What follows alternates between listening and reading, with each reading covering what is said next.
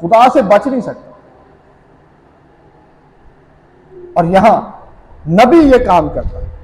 और जब मछली ने उसको उगला, फिर भी यूना सही तरीके से गया नहीं है। वो वहां पर क्या करता है, जाता है नबूवत करते हुए। क्या करता है नबूवत? 3 दिन का वो सफर तय करता है। इतना बड़ा शहर है, पुराने दौर है, कौन सा गाड़ियों पे वो जा रहा है, पैदल गया। वहां गया, जाने के बाद वो क्या कहता है कि 40 दिन बाद नैनवा बर्बाद हो जाएगा। बस इसके अलावा कुछ नहीं लिखा यहां कि उसने कुछ कहा हो। उसने नबूवत की, वो आया, बोला 40 दिन बाद नैनवा खत्म, और उसके बाद जाके पहाड़ के ऊपर बैठ। अब मैं देखूंगा कि ये नैनवा शहर बर्बाद कैसे होगा।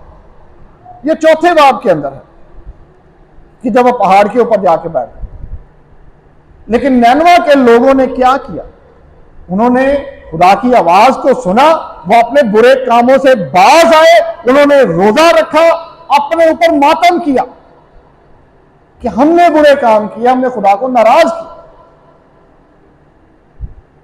और फिर खुदा ने उन पर फजल किया और उन्हें उस मुसीबत से, उस मुश्किल से जो उन पर आने वाली थी, खुदा ने निजात दी। अब जरा इस बात पर गौर किया जाए कि गैर कौम के अंदर एक नबी गया और उसने खुदा के कलाम को, खुदा को लोगों तक पहुंचाया। और जब वो भागा था तो वो जिस कश्ती में मौजूद था, जब वहां पर तूफान आया तो लोगों ने अपने अपने खुदा से दुआ की। लेकिन जब उन्होंने यूना को फेंका और खुदा तूफान थम गया, तो उन्होंने यूना के खुदा से दुआ की और खुदा को माने। इसे कहते हैं इवेंजलिज्म, खुदा के कलाम की मुनादी। और खुदा ने उस सूरत में भी यूना से काम लिया जब वो खुदा से भागा हुआ था और खुदा का कलाम गैर कौमों तक पहुंचा और उन्होंने खुदा को अपना खुदा माना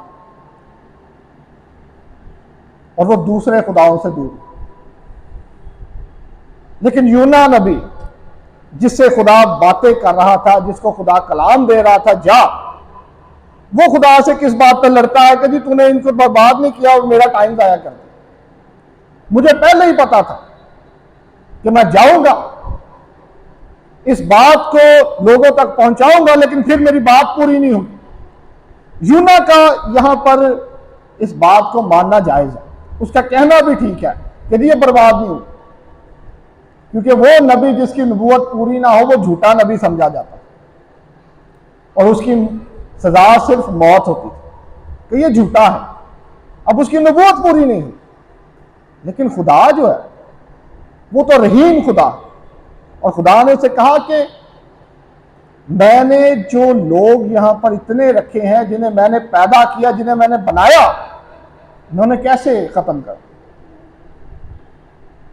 और यूना ने इस बात का इकरार किया है और वो चौथे बाब में कहता है, मैं जानता था कि तू रहीम और करीम खुदा है, जो कहर करने में धीमा और शफकत में गनी और अजाब नाजिल करने से बाज रहता। खुदा ऐसा खुदा, और हम लोग जो खुदा के लोग हैं, उसके फिरके का हिस्सा है जिसने उसे पाक ठहराया। अगर हम लोगों तक खुदा का कलाम पहुंचाते हैं, जब खुदा हमें कहता, तो मुनासिब है कि वो हमारे लिए बेहतर हो। लेकिन अगर हम उससे दूर भागें, करना तो फिर पड़ेगा। हर काम जो खुदा हमसे करवाना चाहता है वो किसी ना किसी तरीके से करवाता है। लेकिन जब हम खुदा की बातों पर अमल करते हुए चलते हैं तो उसमें फर्क है। इसका फैसला जो है वो हमें करना है कि हम किसके साथ खड़ा होना। नबी होते हुए यूना की तरह भागते रहें या नैनवा के शहरियों की तरह अपनी गलतियों का इकरार करते हुए खुदा के करीब हैं। खुदावंद यीशु मसीह ने नैनवा के लोगों के बारे में कहा है कि वो लोग वहां पर मौजूद होंगे जब हम अदालत के वक्त जाएंगे। खुदा ने 120 साल नैनवा को और दे दिए सिर्फ इस बात पर कि उन्होंने खुदा से माफी मांगी। हमारे लिए जो चैलेंज है, जो वक्त है कि हम सोचें जिसके बारे में, वो ये कि हम क्या घमंड रखते हुए यूना की तरह खुदा से दूर होंगे, खुदा के कलाम से दूर होंगे, खुदा की अहकामों से दूर, और फिर खुदा से लड़ते भी रहेंगे, या नैनवा के लोगों की तरह खुदा को अपने करीब रखकर उसके अहकाम पर मानते हुए, अपनी गलतियों का इकरार करते हुए खुदा की बादशाही में दाखिल हो। इसके जिम्मेदार हम, इसका फैसला हमें करना है अपनी जिंदगियों, ना कि हमने दूसरों को देखना है कि ये बुरे हैं, खुदा इनको हलाक करे। अक्सर होता यही है कि हम दूसरों की ऐब जोई करते हैं। खुदा यीशु मसीह ने कहा कि ऐब जोई ना करो, लेकिन हम फिर भी करते हैं। हम दूसरों के कीड़े निकालते रहते हैं कि ये बुरे हैं, लेकिन उसी दौरान हम खुदा से दूर हो गए। और ये कलीसियाओं में बहुत आम है। हमारा जो चर्च है, पाकिस्तानी कलीसिया, ये उस मयार तक नहीं जा पाई जिस पर इसे होना चाहिए। इसे बने हुए, इसे कायम हुए 200 साल से ज्यादा का अरसा हो चुका है। लेकिन हमारे बाद जिन लोगों ने खुदा के कलाम को कबूल किया, वो दुनिया में तरक्की करते,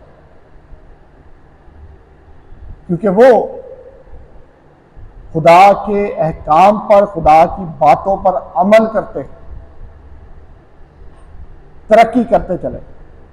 और हम अपनी ही बातों में दूर जाते हुए खुदा से भी दूर हुए और उस तरक्की से दूर हुए जो खुदा हमें दे। अब वक्त है कि हम इसके बारे में सोचें और अपनी जिंदगियों में देखें कि क्या वाकई हमें तब्दीली की जरूरत है और किस हद तक तब्दीली की जरूरत है। खुदावंद इस कलाम के वसीला से हमें बड़ी बरकत है। आमीन।